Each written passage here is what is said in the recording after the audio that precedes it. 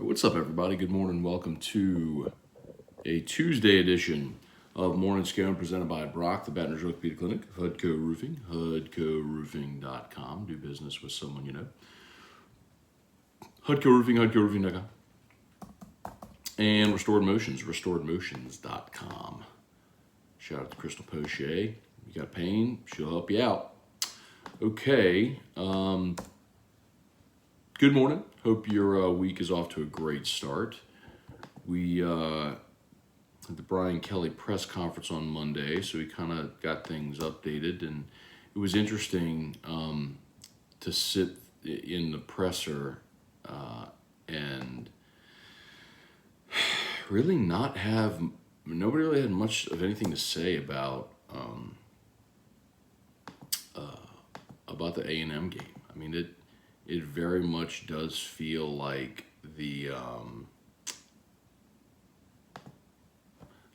like everybody's moved on, right? Most importantly, I think would be the team moving on. So hopefully that's happened. They'll be back on the practice field today. So today will be the first practice day of the week, and Jayden Daniels, according to Brian Kelly, avoided the high ankle sprain, which is great news. They had him in a walking boot, which is precautionary. It's really it's a stabilization thing. So they put him in the boot to stabilize it, which would obviously promote healing. He'll get a ton of therapy and treatment this week, and I'm sure they'll tape that thing up and get him ready to go for Saturday against Georgia. So hopefully Jayden is at or near his best, and LSU can go try to pull an upset against the Dogs on Saturday in Atlanta. Looking forward to being there. We leave Friday. We fly out Friday, so I'll do AFR Saturday from Atlanta, and then Eagle 98.1 game day, pregame, postgame, whiskey and wine will all be live from Atlanta as well. So, and I think our one big change though is that whiskey and wine isn't going to start as soon as the game ends. It's going to start after Eagle 98.1 game day. So, hopefully y'all can join us then. So, all right, we'll say some good mornings here. We appreciate y'all for being with us. You know the drill. Questions, comments, fire away. Kelly Gross, good morning. David Coslin, good morning. Mick Still, Bubba Smith, Jeremy Sagely, putting off work to get my morning fix. Got it, man. Appreciate it, Jeremy. Thanks for being there, man. Elite Goods, Matt Plavidal, Tim Gotro. All right, Matt starts a new job at the post office next Monday. Fingers crossed. All right, man. Good luck to you. We'll be pulling for you for sure. Weston Weaver, Spurge, what's up, man? Randall Offrecht, morning, Matt. What would it mean for Kelly to win the SEC in his first season? I mean,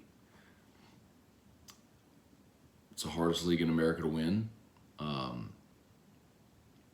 Ole Miss has never been to Atlanta. Mississippi State's been once. Texas A&M hasn't been in a decade. Vanderbilt's never been, obviously.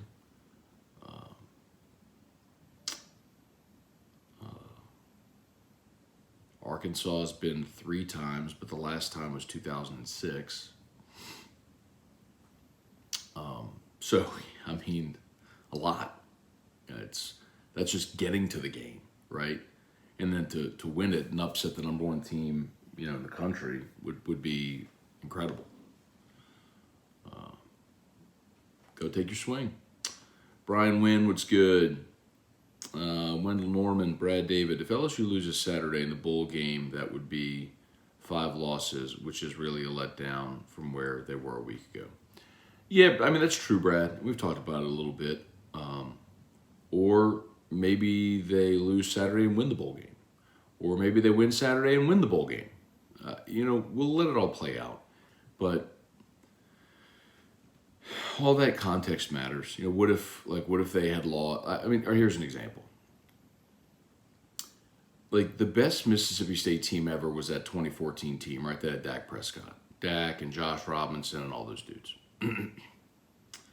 And they were ranked number 1 in the first CFP rankings. They end up losing to Bama, and then they lose the Egg Bowl, right? So they finished 10-2. Best team they ever had. Went 10-2, went to the Orange Bowl, and lost. So they finished 10-3. I mean, yeah, it happened in Miami a few years ago. They started 10-0, lost their final 2 regular season games, lost the ACC championship game, lost their bowl game. So it ended up going 10-4, you know. And it was a bummer because of the way it finished. But man, context really matters, Brad. Like in the immediacy, I think whatever happens, you know, like if they lose on Saturday, certainly it's disappointing. But man, I'll tell you, we will look back in time and we'll remember beating Bama, winning at Auburn and at Florida, big win over Ole Miss. Like, we'll remember all that stuff. So, like I said yesterday, coexisting realities. Kenneth Pohl, good morning. Jason H., Reed Rule, morning Scone. Will Daniel's ankle force him to stay in the pocket more? You know, Reed, I don't think so, and that's not his game. You know, certainly you want him to throw from the pocket, but his mobility, and look, Georgia's going to test that. You better believe Georgia's going to test that on Saturday. Like, they're going to come after him and see if he can run. So, but look, man, I mean, I think we had that question about Bryce Young earlier this year with his shoulder. And he missed the game before LSU, and he certainly didn't look any worse for the wear against LSU. So get out there and see how it goes. Dayton Bergeron, good morning. Jordan McNeese, morning, Matt. You also talk about doing a run of whiskey and wine shirts. Sure, they'd go quick.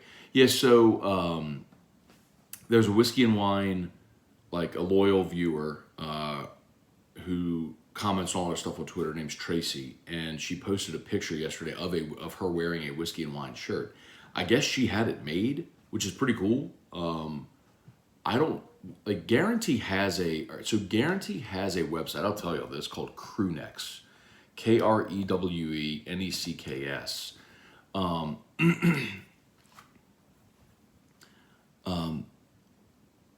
And there's and so they took some designs from some of our, so it's like a turnkey deal, right? So they took some of our logos, just put them on shirts. So there's like Jimmy Brooks, Eagle 98.1, Southern Rock, Condit Uncensored. They have Hoops with Hunt and LSU Daily, OTB. I mean, we could put any of the logos, or pregame in the SEC. I mean, they could put any of the logos on there, you know. But maybe I'll let them know, like, hey, that's a pretty good idea if people want it. Talk 107.3. Yeah, I mean, I'll let them know to do it. Let's see. Todd Harris, good morning. Jason Austin, good morning. Debbie Jenkins, good morning. Carson Stevenson, morning, Matt. Just got off work. Gotta love working nights. Had to catch a little morning Scone before bed. Appreciate you tuning in, Carson. Thanks for being there, man. Working nights are tough, man. That certainly is a lifestyle, no doubt, man. I remember a lot of, when we were in the hospital with Drew, you know, obviously they do 12-hour shifts. So you have like 7 to 7, 7A to 7P, then 7P to 7A. So those night nurses, man, my goodness, it's a lifestyle for sure. God bless you. Dan Daly, go Tigers from Saudi Arabia. Wow. Thanks for tuning in over there, man. True Axe, what's good? Daniel Sinetz. Todd Harris, get my Scone fixed before going to the dentist for a crown. Ooh. Make sure they give you the good stuff, man. Get the good stuff. Jonas Malonzo, any chance Bama sneaks in the playoff? Jonas, no. I mean, look, the playoff rankings will come out tonight. We'll see where everybody is. But my strong contention is that if there is an upset in the top 4 outside of Georgia, look, Georgia's going to be in no matter what. But if there's an upset, so that may shift the order, but if there's an upset outside of the top 4, Ohio State, one-loss Ohio State would be the team that gets in. Hey, Dad, good morning. Lowell Cormier, morning, Matt. 1 year ago today, Scott Woodward hired Kelly, a hire we didn't see coming. Extremely pleased with the structure he brings to the program. Matt Blanchard, morning, Scone. Should we be concerned with players decommitting? Lost our top 2 defensive ends back to back. No, Matt. Listen, man. That's part of it, man. You're going to have guys flip, and the other part of it too is you're going to flip guys into your class. So you keep recruiting guys to the end. I mean, think about Harold Perkins last year. You know, I mean, he was committed to A&M until signing day, and he flipped to LSU. So, no, I wouldn't worry about it. And LSU is loaded on the defensive line. I'm telling you, and I've been telling you all this. Like LSU is going to sign an edge player in the portal this year. So they're going to be fine. Carson Stevenson, it's also context last year. We would have given our arm to play in 14 games, let alone win at least 9 of them. Logan Mathern, still can't wait till Sunday. Will be fun to watch. Portal. Yeah, so the transfer portal open on Sunday.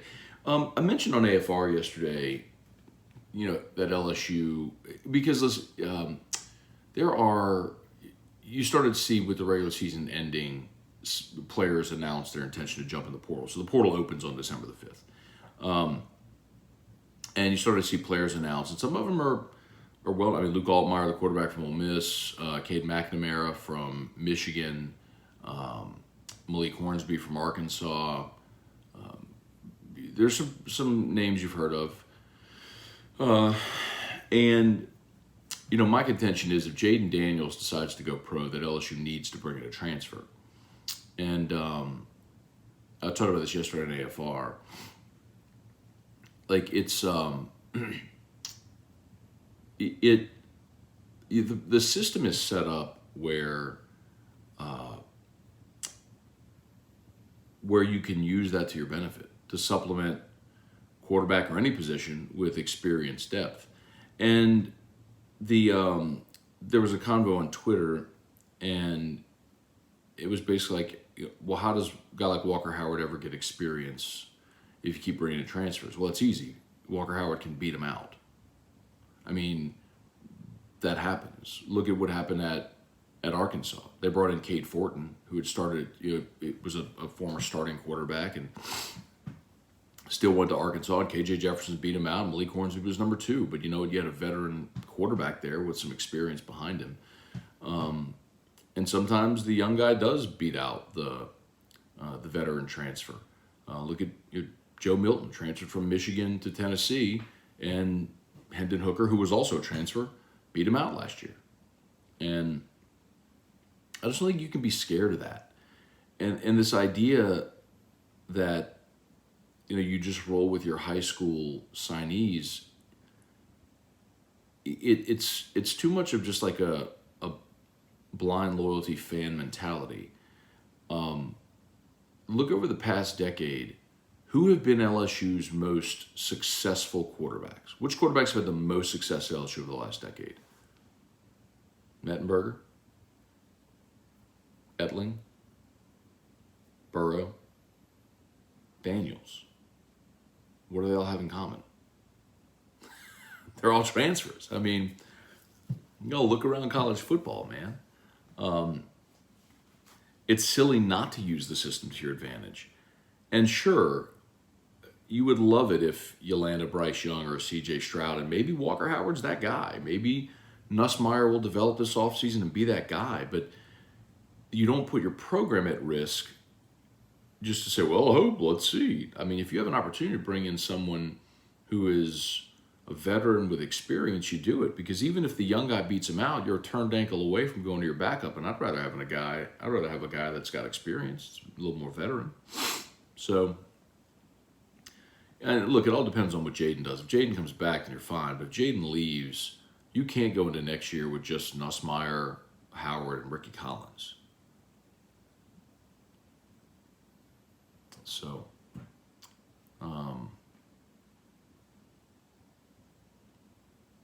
Devin said Mettenberger was, yeah, I mentioned Mettenberger. I said, go back a decade. Mettenberger, Etling, Burrow, Daniels.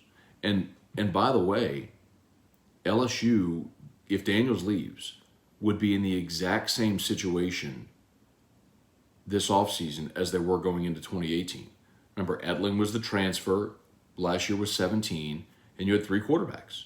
You had Lowell Narcisse, Justin McMillan, and Miles Brennan. You had 3 guys. And they'd made the decision, hey, we're going to go get a veteran guy and let him compete. And that ended up being Joe Burrow. Like, by the logic that you let the young guys compete because you need to get some experience, LSU would have never gone and signed Joe Burrow, which is stupid. Like, of course you go sign. If it is, I'll say this again, because a lot of LSU fans push back, and like, it was like 2013 or 14 when LSU was supposedly going after Everett Golson from Notre Dame, and I said, look, y'all, it is like, how could you possibly be? It was 2014, before the 2015 season. Like, how could you be so arrogant at a place like LSU at that point, which was so bad at quarterback, to think that anybody with the level of experience that Everett Golson had, who played in a national championship game, would be a benefit to you? Like, if you have the option to add, it is, I'll put it to you this way, it is never a bad thing, ever, to have depth and experience at the most important position in team sports. So, to y'all asking about the portal, yeah, I mean, if Daniels decides to go pro, you've got to go out of quarterback in the portal. Not saying you're bringing in the guy that's a no doubt starter, but you're bringing in somebody to compete, and if nothing else, to give you experience depth if they don't win the job.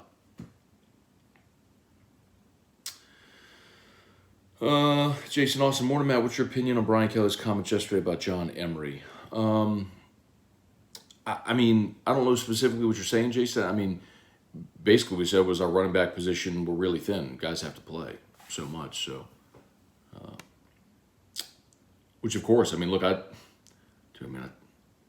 when everybody was saying fire or bench Emery after he fumbled against UAB, I was like, better not. I mean, he's the only explosive back you have, and he ended up scoring 3 times against A&M.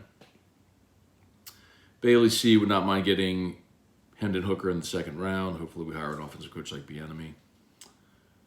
Dane Bergeron, I'm always concerned when we have commitments from kids that far away.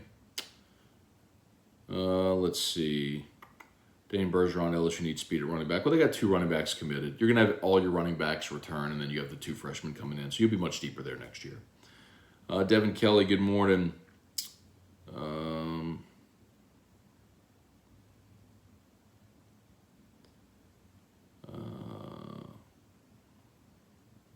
Jordan McNeese, does LSU go after Kyrie Jackson from Bama to add cornerback depth? I think that is definitely one that you have to make a call on. LSU's got to add transfers at cornerback. I mean, y'all can write this down, remember it. Yeah, elite goods, like, respect, but come on, man. Like, you're flooding the chat, and it's annoying. Like, I respect positivity and all, but, like, let's not just post random nonsense. Otherwise, we're going to have to, like, remove you from the chat.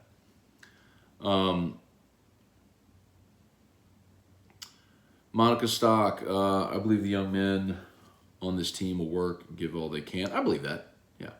Look, they'll play hard. Get a chance to go play Georgia. Look, playing the number 1 team in the country will get your attention real fast.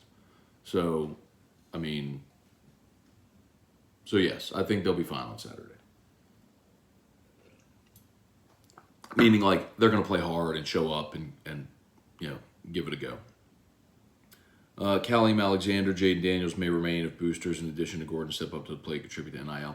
Yeah, I don't think that's it. Like, it's, I mean, NIL isn't going to get Jayden Daniels to stay. It's just a matter of if he wants to come back and try to boost his draft stock further, or if he just wants to go pro.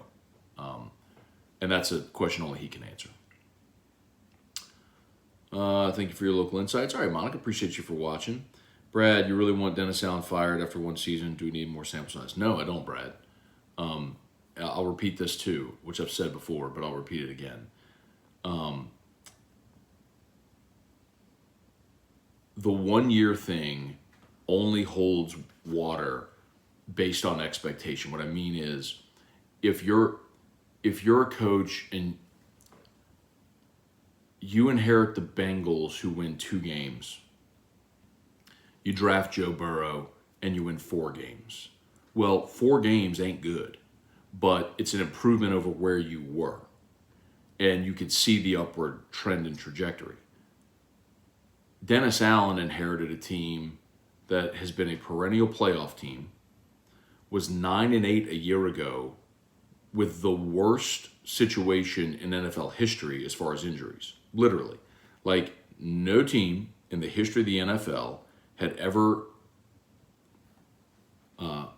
started more different players than the Saints last year, and they went 9-8. And oh, by the way, they had 4 different quarterbacks, including playing Ian Book, Trevor Siemian. I mean, come on. You got a great coach in Sean Payton, who knew how to get the most out of his team and maximize it. So Dennis Allen inherits a team where you're more settled at quarterback. You certainly have a better backup in Andy Dalton than any of the guys you had last year. You're healthy. You add Jarvis Landry and Tyrann Mathieu and Marcus May and these guys, and you completely crater? No. Like, I don't need a bigger sample size. Like, he took something that was stable and has made it inherently unstable. Oh, it's 8 o'clock. I got to get going. Charlie Cavell, Quentin Brakebill, Michael Blanco, George Mueller. They don't show up for A&M, but they show up for Georgia. Like, George, that's a pretty easy thing to understand, right? Like, you would take a 4-win team lightly. You're not going to take the number 1 team in the country lightly, right? I'm not saying they're going to beat Georgia, but if you don't think losing to A&M and now having to stare down the number 1 team in the country would motivate an athlete, bro, you're kidding. Like, fans can be bummed all you want, but bro, playing the number 1 team in the country, that's going to get your attention, dude. Like, that's just a symptom of being number 1 and being the big kid on the block, because you're going to get everybody's best swing. Jason Duplantis, would a big NIL deal keep Jayden at LSU? No. All right. Irfan Sayyad, good morning. Okay. All right, y'all. I think we're just about done. Appreciate y'all for being here. Yeah, man, I had to block Elite Goods. That was crazy. Like, come on, man. Respect, but give me a break. Okay, y'all have a great day. As always, shout out to Brock, the Baton Rouge Orthopedic Clinic. You need orthopedics, go to Brock, Hudco Roofing, HudcoRoofing.com. Phones at Hudco have been popping off, man, with that rain last week. Thanksgiving, we got 4 inches of rain. And, of course, it rained again Saturday. So when it rains, our phones ring. So if you need a roof, give us a shout, HudcoRoofing.com. And Restored Motions, give Crystal Poche a call or go to RestoredMotions.com, RestoredMotions.com. If you got pain, Restored Motions. Okay, y'all have an awesome day. As always, thanks so much for watching. We'll see y'all for AFR at 3. Peace.